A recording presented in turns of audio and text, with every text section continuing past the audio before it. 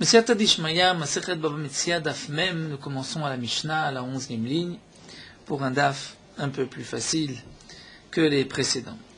La Mishnah nous dit Mafkid Perot Etzel Chavero, un homme qui a laissé en dépôt des fruits chez son ami.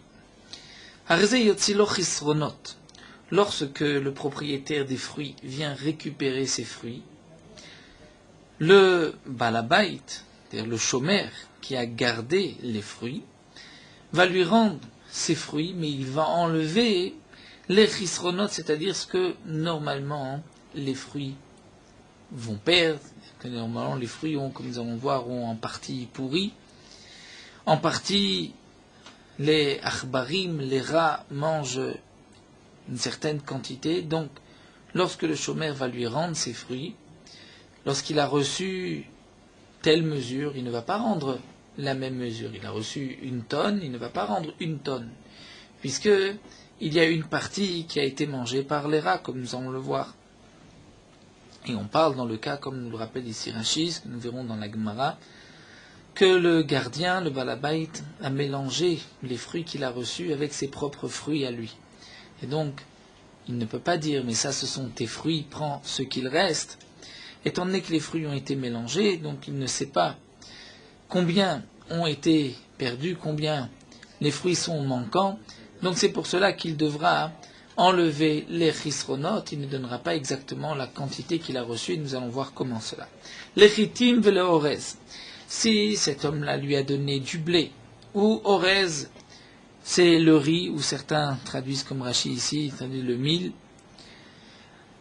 Tisha chatzae cabine, 9 demi-cabines, c'est-à-dire 4 cabines et demie, les cours, pour une quantité d'un cours. Un cours, c'est 30 CA, et le CA correspond à 6 cabines.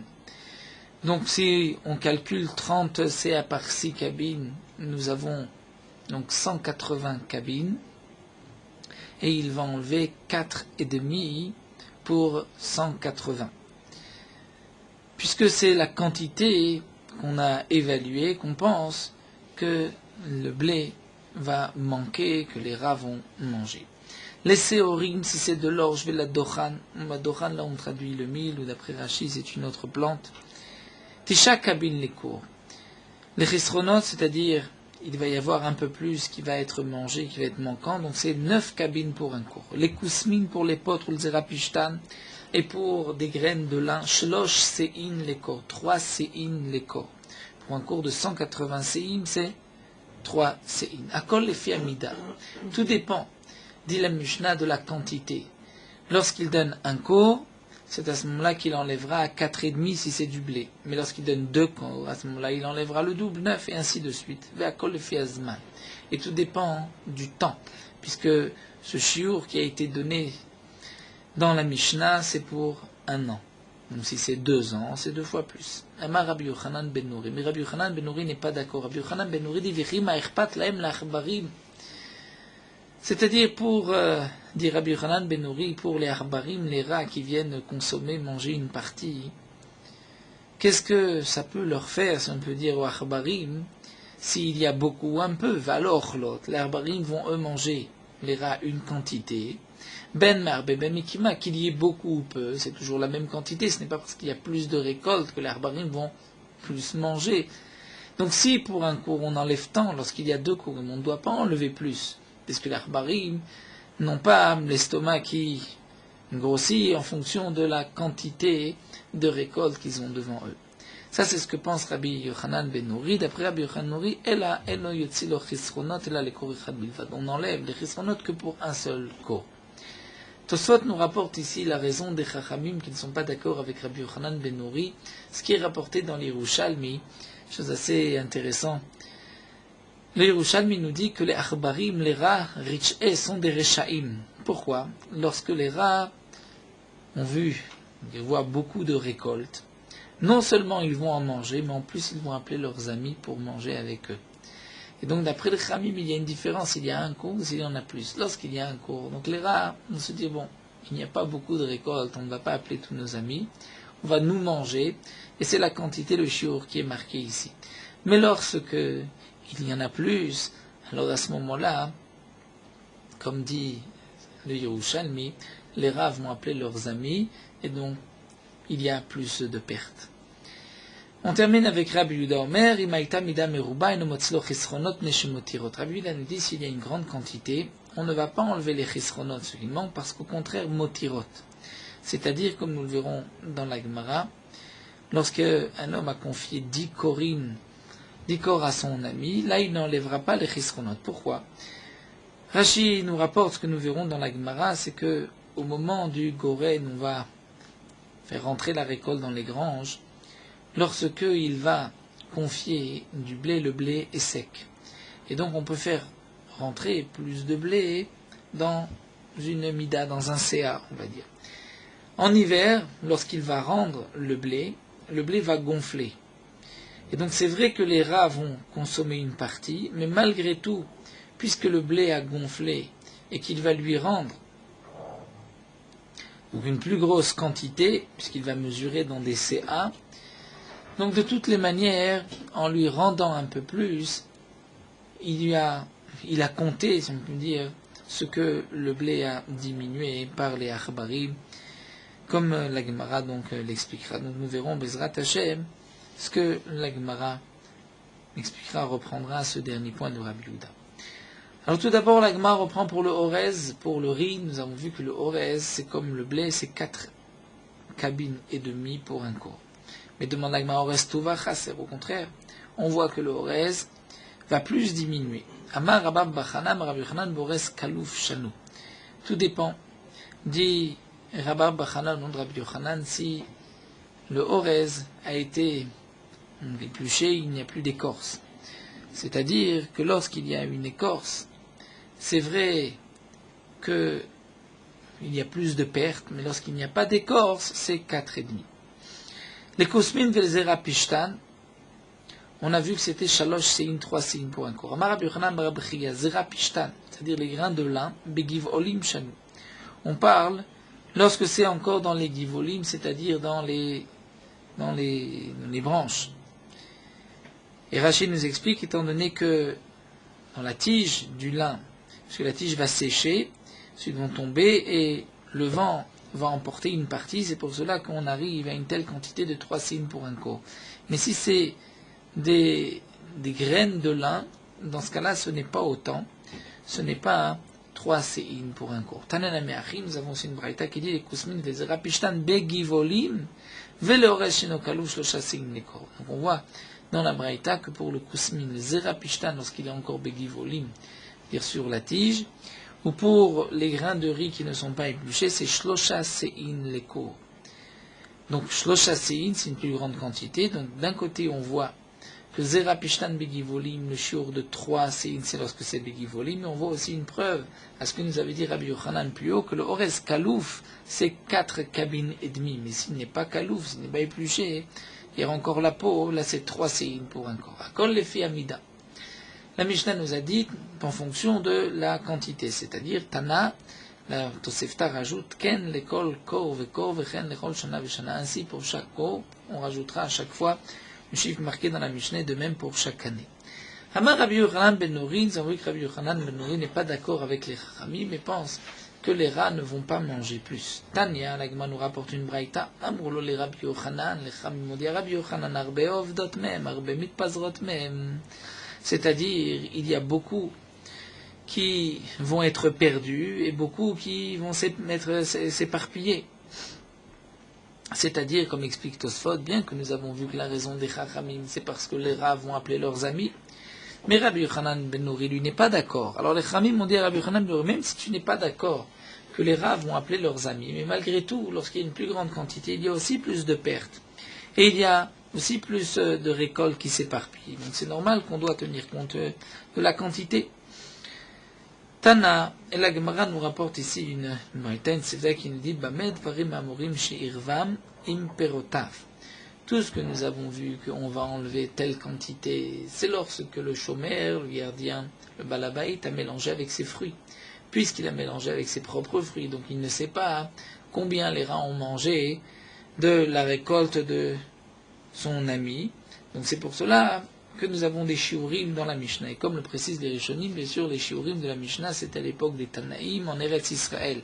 Mais dans chaque pays, c'est en fonction du climat, en fonction de ce que l'on voit, est-ce qu'il y a plus de pertes ou moins de pertes. Donc la Braïta nous dit, tout ce qui est marqué dans la Mishnah, c'est Shirvan Imperotav, c'est-à-dire il a mélangé avec ses fruits.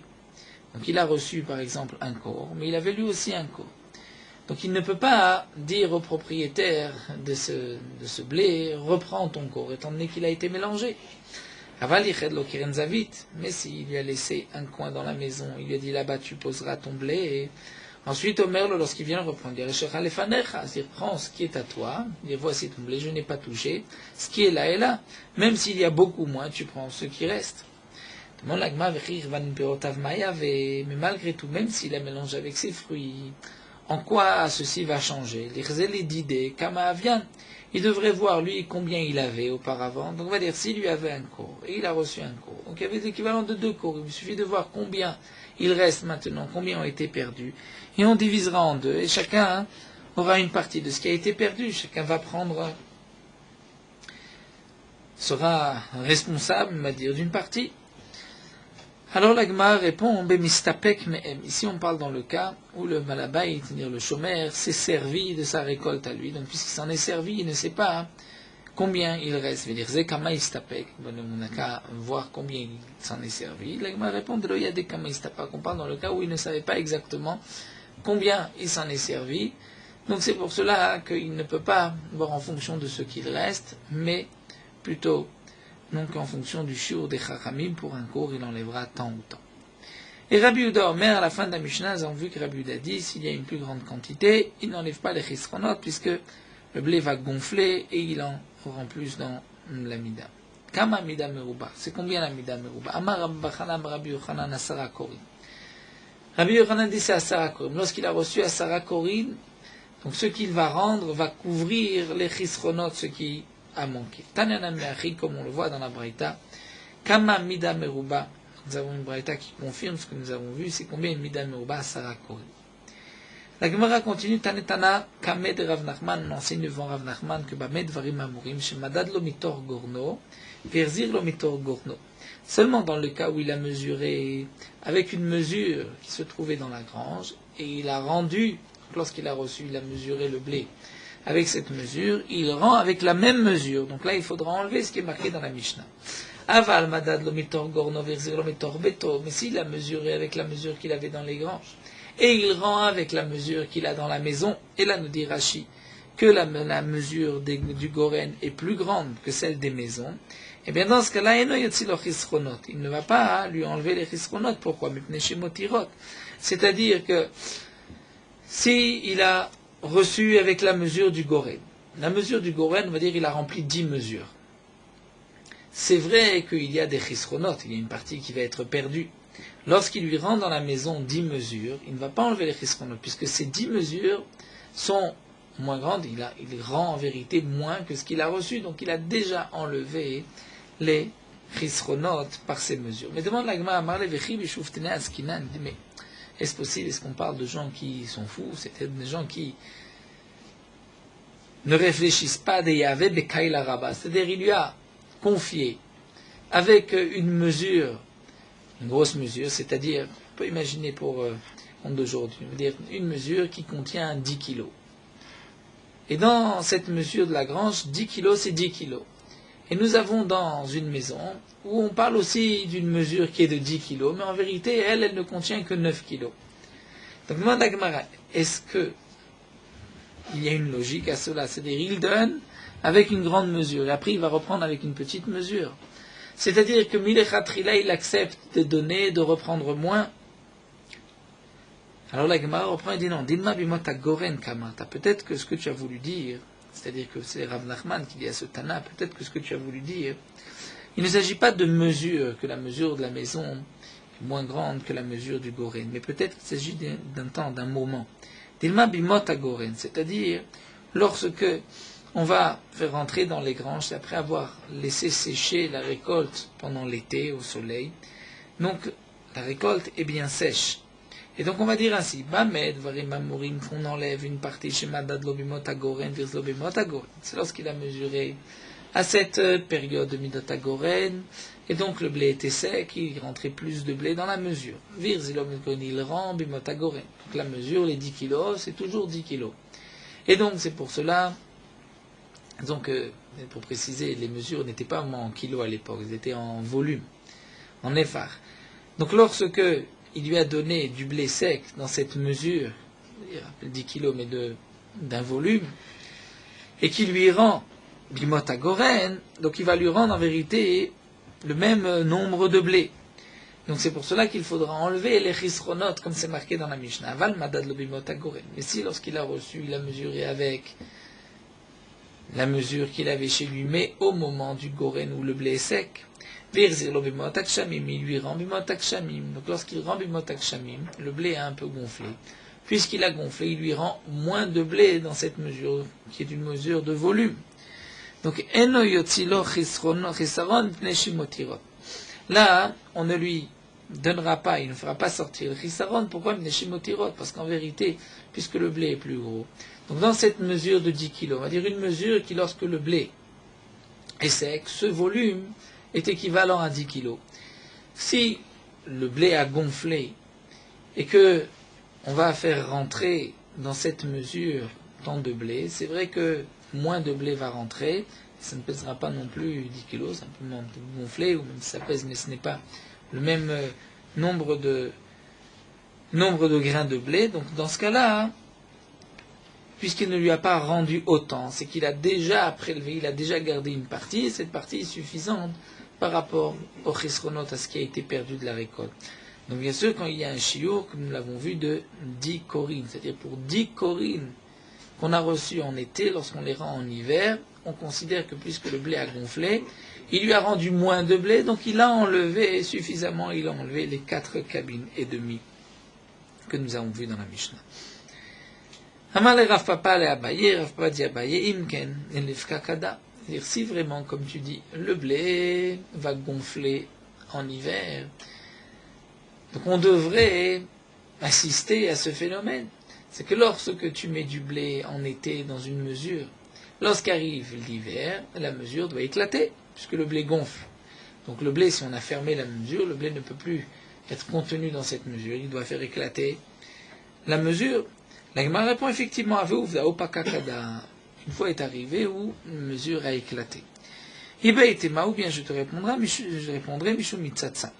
Et étant donné que Itzatsa Nirashi, puisque le blé est serré dans cette mesure, qui a été donc fermée avec une mégoufa, à ce moment-là, le blé est serré l'un contre l'autre et il n'arrive pas à gonfler, donc c'est pour cela que ça n'éclate pas. Donc là, nous avons vu le premier shiur concernant le solide comme étant chiti, morez, seorim, dochan, etc.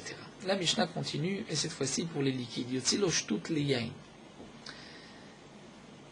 Mais là, c'est pour une autre raison, ce n'est pas à cause des arbarim. Lorsque un homme a confié à son ami une mesure de vin, et qu'il vient ensuite lui rendre ce vin, donc on parle comme auparavant, où le vin a été mélangé avec son propre vin, donc il ne sait pas combien il a utilisé, et nous allons voir que le vin, une partie va être absorbée par les parois de la jarre, et donc c'est sûr que s'il lui rend ensuite, donc il lui a donné dans une jarre une mesure, lorsqu'il lui rend ensuite du vin, il va rendre plus, puisqu'il ne va pas compter ce qui a été absorbé par les parois de la jarre, il ne va pas compter non plus la lie qu'il va garder une fois qu'il aura vidé tout le tonneau. Donc, quel est le din? Yotzilosh toutes les yain, c'est-à-dire il enlèvera 1/6 pour le vin. Dire si Réhouven confie à Shimon un tonneau de vin et que Shimon va mélanger ce tonneau avec son vin, étant donné qu'une partie du vin va être absorbée par les parois et une partie va former la lie, donc il va enlever lorsqu'il rend 1/6 du vin. Rabbi Yehuda Omer Chomesh, Rabbi Yehuda dit 1/5. La Mishnah continue de Yotzilo Shlosha Logim Shemen Lemea. S'il s'agit d'huile, il va enlever 3 logim d'huile pour 100. Pourquoi 3 logim d'huile? Log umertza shmarim, log umertza bela. C'est-à-dire pour 100 logim d'huile, c'est une mesure de l'époque, un log, qui correspondrait à peu près, si on dit que le révite du log est, d'après le Chazonish, à 150 millilitres, donc un log fait environ 600 millilitres. D'après Abraham Naé, c'est même environ 350 millilitres. Donc pour 100 logs, on enlève 3 logs. C'est-à-dire il lui a confié 100 logs, il lui rend 97. Pourquoi? Il y a log omertza shmarim, log omertza bala. Un log et demi pour la lie, même de l'huile, et un log et demi pour ce que les parois vont absorber. Et maya shemen mezukak, si c'était de l'huile qui était bien claire, pure, sans lie, et no yotzilo shmarim, il n'enlèvera pas de les shmarim. Et imayu kankanim yeshanim, si la jarre était vieille et donc a déjà absorbé, elle ne va pas encore absorber, et no yotzilo bala, il n'enlèvera pas le bala, ce que la jarre doit absorber puisqu'elle n'absorbe pas. Rabbi Yehuda omer af mocher shemen mezukak lechavero. Rabbi Yehuda dit de même, si un homme vend, c'est-à-dire s'engage à vendre à son prochain, de l'huile pure, de l'huile raffinée, donc il s'est engagé à lui donner de l'huile sans lit, sans shmarim. Kol imotachana toute l'année, areze mekabel alav log omertza shmarim lemea. C'est-à-dire que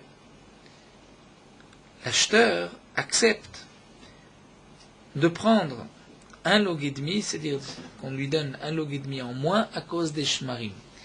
Puisque le vendeur s'engage à lui donner de l'huile pure, donc c'est que les shmarim, il va garder l'huile et shmarim chez lui. Pourtant, les shmarim font partie de l'huile. Ce sont les résidus de l'huile qui vont par la suite tomber. Eh bien, l'acheteur prend sur lui un log et demi. Il dit, c'est vrai que tu vas me donner que de l'huile bien pure, mais pour ces 100 logim, il y a un log et demi de shmarim, donc tu ne me donneras que 98 et demi logim. La Gemara continue et reprend pour le vin. Nous avons vu un sixième, et un sixième, c'était la quantité que les tonneaux vont, comme on veut que les tonneaux vont absorber. Et donc il devra enlever, d'après Tanakama, un sixième du vin, et d'après Rabbi Yehuda, un cinquième. La Gemara nous dit, Vélopligé, il n'y a pas de marloquette. Markiatré ou markiatré. En vérité, Rabbi Yehuda et les Chachamim ne sont pas en marloquette, c'est un sixième ou un cinquième. Seulement, Béatré démarre dans la ville de l'Ain, Chafou Bekira. C'est-à-dire, ils vont enduire, recouvrir les tonneaux, les jarres de cire, Velo Mayetz Tfe. Et donc, le tonneau n'absorbait pas énormément. Donc, c'était un sixième. Béatré démarre, Chafou Bekoufra, alors que dans la ville de Rabbi Yehuda, ils recouvraient les jarres avec une sorte de goudron de zéphet, ou Mayetz et ça absorbait plus. Donc, c'est pour cela qu'on enlève un cinquième. Iba et Tema, ou encore on peut répondre, Mishum Gargishta, c'est-à-dire pour la terre, pour l'argile, dit Rashi. Tout dépend de l'argile, c'était de la ville de Rabbi Yehuda, la ville des Chachamim. Celle de Rabbi Yehuda absorbait plus, et l'autre, dans la ville des Chachamim, l'argile, la terre, n'absorbait pas autant. La Gemara continue, Ba'atre de Rabbi Yehuda, Ramu Arbaim Vetmane Kuza Bedana. À l'endroit dans la ville de Rabbi Yehuda, on mettait 48 cousées. Cousées, c'était une mesure. Donc 48 mesures, Bedana, dans un tonneau, dans une jarre de vin. Azil Dana Beshita Zouzé. Et on pouvait vendre pour 6 zouz, au moment où on avait récolté le raisin, on pouvait vendre pour 6 zouz le tonneau. Donc un tonneau qui contenait 48 cousées. Paris, Rabbi Yehuda, Shita Bezouza. Rabbi Yehuda a voulu faire du commerce. Il a acheté donc ces 48 mesures donc dans un tonneau pour 6 zouz, et il vendait 6 cousées, 1 zouz. Donc lorsque il vend 6 cousées pour 1 zouz, pour revenir dans ses frais, il devait vendre 36 cousées. Au bout de 36, il avait récupéré ses 6 zouz. Et donc il avait, sur 48 moins 36, il avait, on va dire, 12 de bénéfices. La Gemara va nous expliquer. Dal Tlatin Veshita Beshita, donc enlève 36 pour récupérer les 6 zouz. Pachoulet et Tressar, il restait 12 cousées, 12 mesures. Dalt Manier, enlève 8. Enlève 8 qui sont ch'toutés, qui sont le 1/6 des 48, étant donné que le récipient Najar allait absorber, comme nous l'avons vu, un sixième. Donc si tu enlèves un sixième, c'est 8. Un sixième de 48, c'est 8. Et donc il restait Pashuleu Arba'a. Et il est resté comme salaire, il avait gagné 4 cousées. La Gemara demande Va'amar Shmuel amistaker alistaker yoter al shtut. C'est-à-dire celui qui va faire du commerce, et Rachid nous dit pour d'avoir sheyesh b'hem chaye nefesh, c'est-à-dire tout ce qui est vital comme le vin, alistaker yoter al shtut. Il ne doit pas faire de bénéfice plus qu'un sixième. Donc la Gemara pose comme question, c'est qu'il ne va pas faire plus qu'un sixième, mais un sixième, il pourrait faire un bénéfice d'un sixième. Et pourquoi ici Rabbi Yehuda n'a fait que 4 causées comme bénéfice, ce n'est pas un sixième, puisqu'un sixième devrait arriver à 8 causées. Alors la Gemara répond, Ika Gulfe Veshmaria. C'est-à-dire qu'en vérité, Rabbi Yehuda a gagné sur la jarre et sur les shmarim, puisqu'il avait tout acheté pour 6 ouz.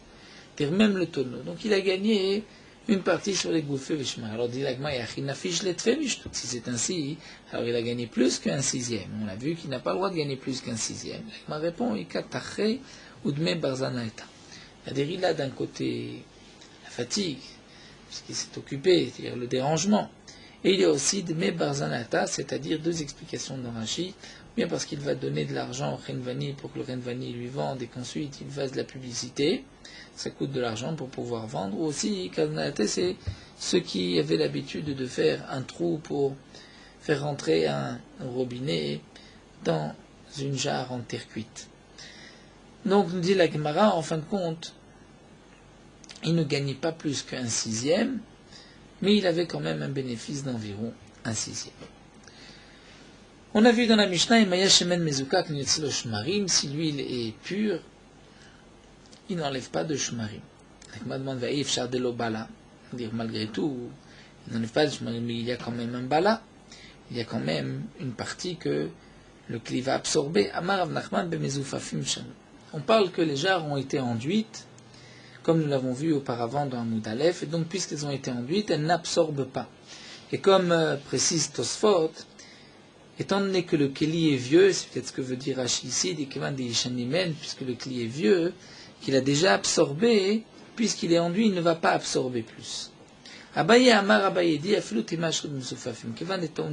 Abaye dit non, même s'il n'a pas été enduit, mais si le keli a déjà absorbé une fois, il ne va pas absorber plus.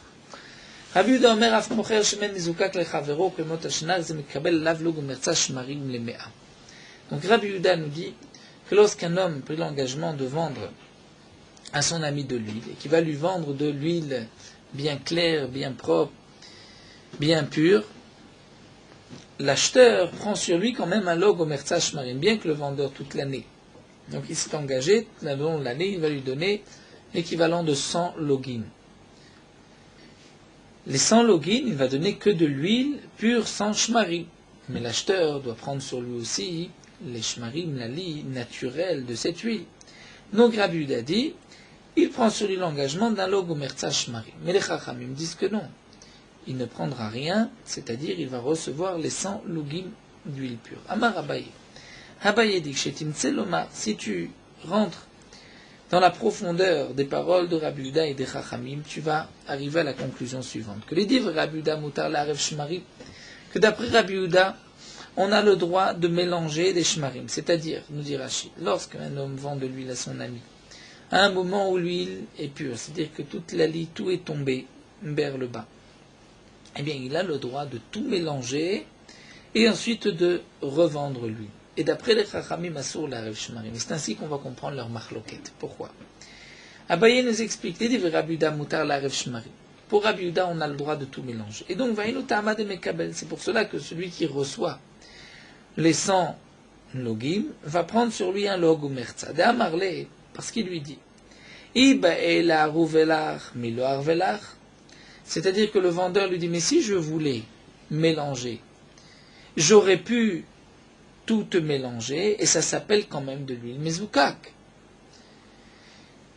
J'aurais pu le faire, donc Ashtana, mais maintenant que je ne l'ai pas fait, Kabil, tu acceptes de prendre sur toi un log et demi pour les shmarim, pour la lie.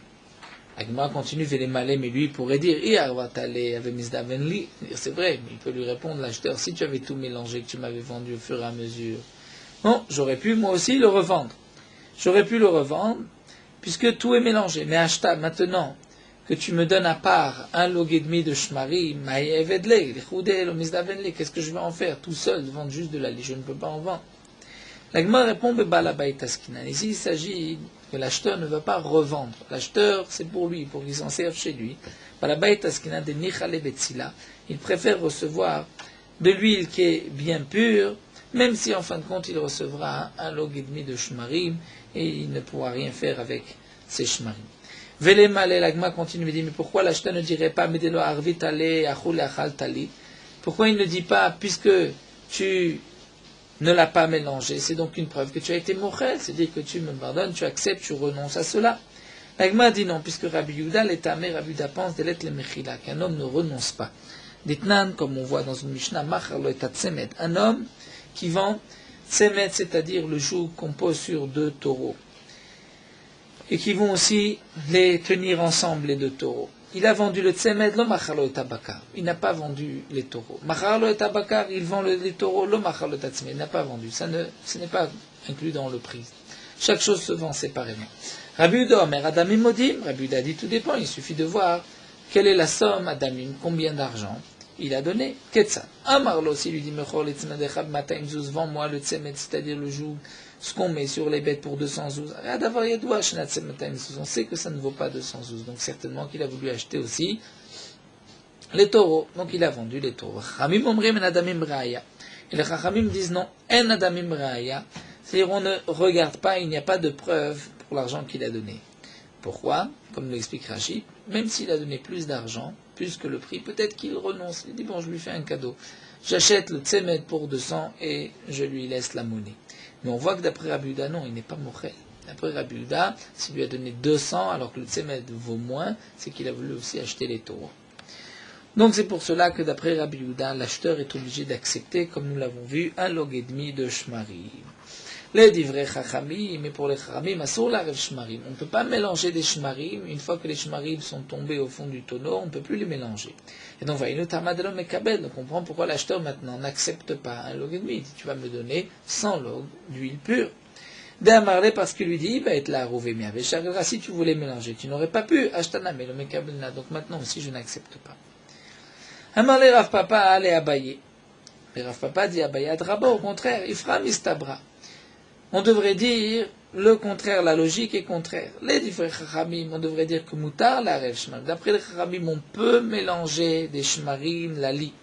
Et donc la raison pourquoi, d'après les chachamim, l'acheteur ne prend pas sur lui le log et demi d'Amarlé, parce qu'il va lui dire, mais de la raftali, tali, puisque tu n'as pas mélangé, c'est que tu es mochel, tu renonces. Et comme nous avons vu, d'après les chachamim, on peut renoncer. Et les divers Rabbi Yehuda, au contraire, on va dire Assour la rev shmarim. Il n'a pas le droit de mélanger. Alors pourquoi l'acheteur prend sur lui un log et demi d'Amarlé? Parce qu'à ce moment-là, le vendeur lui dit Iba il a arrouvé, lo charil la arrouvé lecha. N'est-ce pas? Si on explique ainsi Rabbi Yehuda qu'Assour la rev. Donc le vendeur va dire à l'acheteur si je veux maintenant mélanger la lie avec l'huile, je ne peux pas. Je n'ai pas le droit. Et donc maintenant, kiboulé le mekabal, c'est-à-dire tu ne veux même pas toi prendre un log et demi de ces résidus de cette lie, mais alors zavun vezavin tagra ikre, c'est-à-dire un homme qui achète et qui revend pour le même prix, est-il appelé un commerçant? Et si tu veux que je te donne de l'huile pure, alors que moi j'ai acheté cette huile mélangée, et tu ne veux pas prendre sur toi ce log et demi, donc en fin de compte je ne vais pas gagner ma vie, je ne suis pas un commerçant, je te vends au prix que j'ai acheté.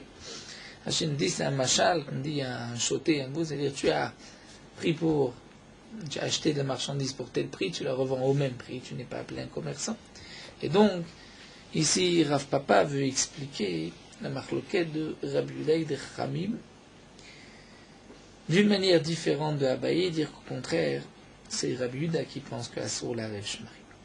Tana l'Agbra nous rapporte ici une braïta, c'est bien celui qui achète, celui qui confie, l'ifkatim pour l'ifkatim. C'est quoi l'ifkatim? C'est-à-dire, le din est le même Pour les fkatim, Rashi explique c'est les résidus des grains des pépins qui vont ensuite flotter sur l'huile. Ma il est faktim. Demande à Gma que signifie ça, le faktim. Il est makeri de lokar lo mekabel faktim mafkid name lo mekabel. C'est-à-dire si tu veux dire de la même manière que l'acheteur, lui, n'accepte pas les faktim, c'est-à-dire lorsque tu lui donnes de l'huile, tu enlèves peut-être la lie, mais tu n'enlèves pas. De toute manière, les faktim, tu n'enlèves pas la part de ces pépins. Alors, mafkid name le mekabel faktim. On va dire que le mafkid aussi, lui, ne va pas prendre sur lui lorsqu'il rend de garder les grains. Vele malé. Pourtant, il pourrait lui dire, qu'est-ce que je vais faire avec les grains qui sont remontés à la surface? Maya vidleu, qu'est-ce que je vais en faire? Donc, tu es obligé de dire là, qui est de mafkid mekabel faktim, de la même manière que le mafkid va lui accepter les faktim, c'est-à-dire que celui qui confie, lorsqu'on lui rend de l'huile, mais on lui rend aussi les pépins qui ont flotté, qui ont monté à la surface. Donc l'oker n'a même mekabel faktim, mais aussi l'acheteur va accepter ces faktim. Demande l'agma mekabel oker faktim, est-ce que l'oker accepte les faktim? Vatania. Pourtant Rabbi Omer lo amru shemen achur el ale mocher bilvat. C'est-à-dire on a dit que shemen achur, c'est-à-dire de l'huile lorsqu'elle est trouble, cette perte de cette huile trouble n'est que pour le mocher, pour le vendeur. Pourquoi? Parce que l'acheteur accepte sur lui un logomerza des shmarim. Donc c'est pour cela qu'il faut donner de l'huile mezouka claire et pas de l'huile trouble. Donc on voit que l'acheteur ne prend pas sur lui les faktim. Alors l'agma répond l'okasha, ce n'est pas une question. Dans le cas où il lui a donné, il l'a payé au mois de Tishrei. Et ensuite il a payé au mois de Tishrei, il vient récupérer l'huile au mois de Nissan, qui mida de Tishrei avec la mesure du mois de Tishrei, c'est-à-dire comme la quantité, si pour cette somme-là, au mois de Tishrei, on vendait un tonneau, au mois de Tishrei c'était moins cher, et à ce moment-là, l'huile était trouble. Donc là, il a pris sur lui de prendre aussi les faktim, même s'il va recevoir donc au mois de Nissan, étant donné qu'il reçoit en fonction de la mesure du mois de Tishrei, donc il va recevoir de l'huile avec ses pépins. Mais lorsque il lui a donné de l'argent au mois de Nissan, donc il a payé plus cher, puisqu'en général l'huile est plus claire et plus filtrée, puisque déjà toutes les shmarim, la lie est tombée, et Kashakin mine ben Nissan, et il prend au mois de Nissan comme la mida de Nissan. Donc là c'est sûr que ce qu'il a vendu c'est de l'huile pure, affinée, et donc il ne peut pas lui donner les faktim, ses pépins. Donc ainsi on a répondu à la contradiction entre le din rapporté ici de notre Sefta et la Braïta au nom de Rabuta. Nous nous arrêtons ici à la Mishnah. Nous poursuivons avec Morot Halacha Daf Mem. Un homme qui a de l'argent en liquide dans ses mains pour prêter cet argent, et plusieurs personnes sont venues emprunter, et chacune de ces personnes a besoin d'une grosse somme. S'il prête à une personne toute la somme, il ne pourra pas ensuite prêter aux autres. Il vaut mieux prêter à chacun une petite somme plutôt que de prêter qu'à une seule personne toute la somme qu'il réclame.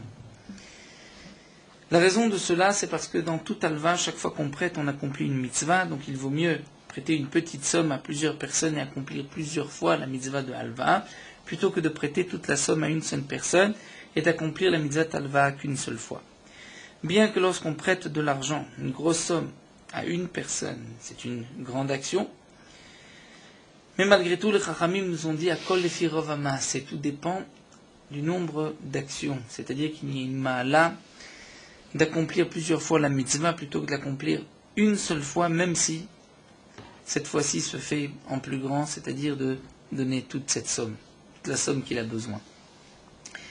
Parce que, nous explique Rishonim, lorsque on va prêter plusieurs fois, on va acquérir en soi cette mida, la générosité, puisque on l'a pratiquée plusieurs fois, alors que lorsqu'on ne le fait qu'une seule fois, c'est vrai qu'il y a une grande itoréroute sur le moment, il se réveille puisqu'il va accomplir un tel chesed, prêter une telle somme, mais cette itoréroute va par la suite disparaître, alors que de donner plusieurs fois, on va acquérir en soi cette mida de générosité. Malgré tout, lorsqu'un homme a besoin d'une grosse somme, et que cette somme l'empêchera de tomber dans ses affaires, et que pour les autres ce n'est pas le même cas, ils ne sont pas dans le même contexte, alors dans ce cas-là, effectivement, il a peut-être priorité sur les autres, puisque lorsque je vais lui prêter cet argent, je ne vais pas seulement accomplir la mitzvah de prêter, mais aussi l'obligation de soutenir mon frère juif, alors que de prêter, je n'accomplis que la mitzvah de halva'a, de prêter.